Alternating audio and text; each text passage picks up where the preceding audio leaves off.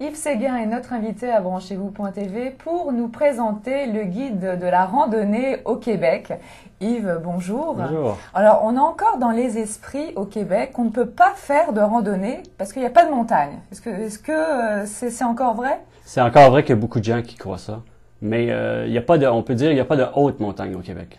Mais il y a beaucoup de montagnes et il y a surtout beaucoup d'attraits naturels. Il y a beaucoup de faune, beaucoup de flore encore très importantes au Québec. Et donc, il y a des endroits, il y a le fleuve, il y a des canyons, il y a des fjords, il y a vraiment des coins spectaculaires, des beaux lacs sauvages, encore des immenses lacs où il n'y a pas de chalet parce que c'est préservé. Donc, il y a vraiment beaucoup de nature, des cascades d'eau au printemps. Donc les gens avant allaient aux États-Unis et puis maintenant ils reviennent vers le Québec. Oui, exactement. Parce qu'avant, les gens croyaient beaucoup, pour la randonnée pédestre, entre autres, les gens croyaient beaucoup toujours montagne. Donc toujours plus haut, plus haut, plus haut. Mais comme évidemment, dans l'est de l'Amérique du Nord, il n'y a pas de si haute montagne, donc on ne peut pas monter. Le plus haut, je crois, c'est le mont Washington, 1900 quelques mètres. Donc quand on l'a fait, après, il faut nécessairement faire des plus petites montagnes. Donc au début, peut-être la première année ou les 2 premières années, on veut faire des plus hautes montagnes, mais assez vite, on les fait les plus hautes. Donc, il faut se tourner vers d'autres choses. Et on s'est aperçu qu'au Québec, il y avait beaucoup de richesse, justement, il y avait beaucoup de diversité. Donc, on peut faire des randonnées fabuleuses, mais là, on commence à s'intéresser, comme je disais tantôt, à la faune, à la flore. Donc, on apprend le nom des oiseaux, on essaie de reconnaître. Et, fait que ça fait d'autres types de randonnées. On élargit au lieu de toujours penser plus haut, plus technique ou plus difficile ou plus dangereux. Mais c'est vraiment plus élargi maintenant, la randonnée. Ce guide ne s'adresse pas qu'aux randonneurs chevronnés. Hein. Si, par exemple, moi je suis débutante, je peux très bien acheter le guide et puis m'y retrouver. Exactement. Tout le monde vraiment peut se servir du guide. Et c'est fait justement pour... Je dis souvent que je prends les gens par la main un peu. Dans le fond, j'aime mieux en mettre un peu plus que passer. Donc, si vous connaissez bien l'équipement, vous n'êtes pas obligé de vous intéresser à ce que je dis. Mais si, par contre, peut-être vous connaissez pas bien l'alimentation ou d'autres choses, mais quelqu'un qui connaît absolument rien, disons, il va avoir tout dedans.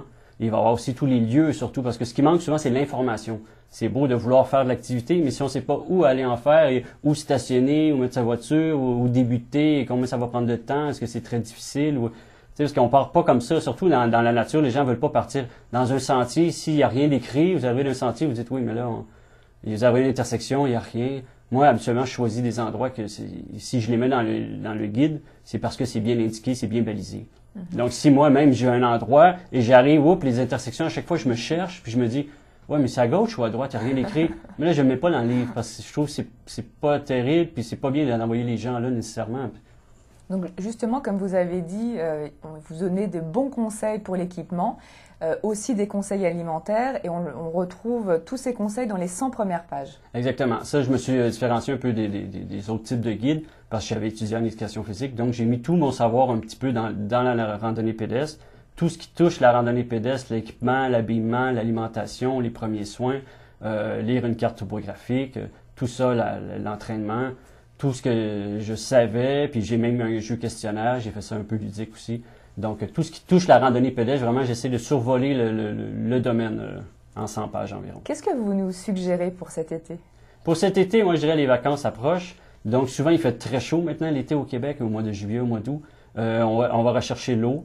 Et surtout, on va aller des fois un petit peu plus loin. Donc, je dirais dans le Bas-Saint-Laurent, en face de Rivière-du-Loup, il y a les îles du Bas-Saint-Laurent. Donc, quand vous êtes sur des îles comme ça, il y a environ 40 km de sentiers. C'est une très grande île. Et c'est magnifique, il n'y a pas de prédateurs, il n'y a pas de bêtes qui peuvent vous déranger. Vous pouvez camper, vous pouvez dormir là aussi. Il y a des excursions en bateau pour découvrir les oiseaux, tout. Vous pouvez voir des phoques. C'est vraiment très beau. Et sur des îles comme ça, ou le long du fjord, du Saguenay, dans le parc du Saguenay, il y a toujours du vent, il y a jamais de chaleur, de canicule comme telle en général. Donc, quand il y a du vent, au bord de l'eau aussi, il n'y a pas de moustiques. Donc, ça aide beaucoup pour la randonnée. Est-ce que la tendance, c'est encore de partir avec sa tente derrière le dos, ou alors les gens maintenant préfèrent s'arrêter dans des gîtes, dans des auberges? Qu'est-ce que préfèrent les gens? Je dirais il y a de tout, mais souvent il y a beaucoup de randonneurs qui vieillissent ou qui ont des petits-enfants. Donc, il y a beaucoup aussi de randonnées d'une journée. Fait que je dirais la tendance quand même, et même dans mon guide, je dirais peut-être les 3/4 des randonnées que je propose, c'est de 1 heure à 6 heures, 7 heures de marche. Donc, vous pouvez le faire dans la journée. Et c'est quand même l'idéal parce que sinon, si vous partez 2-3 jours, il y a toujours la météo, il y a toujours le temps. C'est des longues randonnées. Il faut traîner en plus le sac à dos.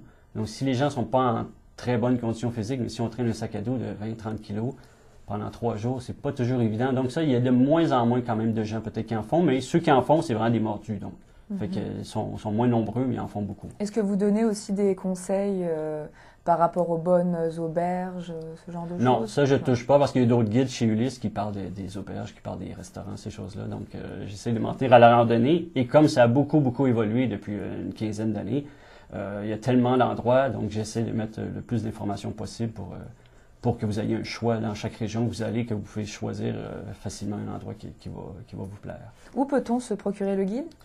Chez Ulysse même, sur Saint-Denis, dans la librairie Ulysse, et aussi beaucoup dans les boutiques de plein air. Ils vendent mes guides de plein air. Merci Yves. Merci à vous.